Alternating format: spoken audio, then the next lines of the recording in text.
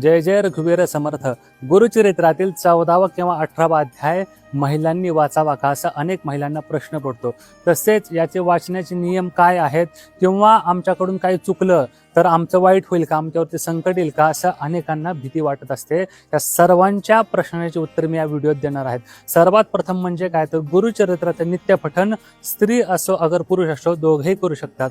फक्त स्त्रियांसाठी काय नियम आहेत की मासिक धर्माचं पालन करून स्त्रियांनी याचं पठण करायचं. म्हणजेच काय, मासिक धर्म ज्यावेळेस येतो त्यावेळेस 4 ते 5 दिवस फक्त हे पठण करायचं नाही, बाकी 5 दिवसानंतर तुम्ही हे पठण करू शकतात. तसेच पुरुषांसाठी काय आहे, तर फक्त स्वच्छता ठेवायची आणि मनामध्ये भाव ठेवून गुरुचरित्राच्या 14व्या किंवा 18व्या अध्यायाचं पठण करायचं. आता वेळ कधी आहे, जर तुम्हाला सकाळी वेळ असेल तर तुम्ही सकाळी पठण करू शकता, किंवा संध्याकाळी वेळ असेल तर संध्याकाळी ऑफिसहून आल्यावर सुद्धा तुम्ही याचं पठण करू शकता. आणि तिसरी गोष्ट म्हणजे काही चुकलं तर आमच्यावर संकट येईल का, विपरीत परिणाम होतील का, असं अनेकांना भीती वाटत असते.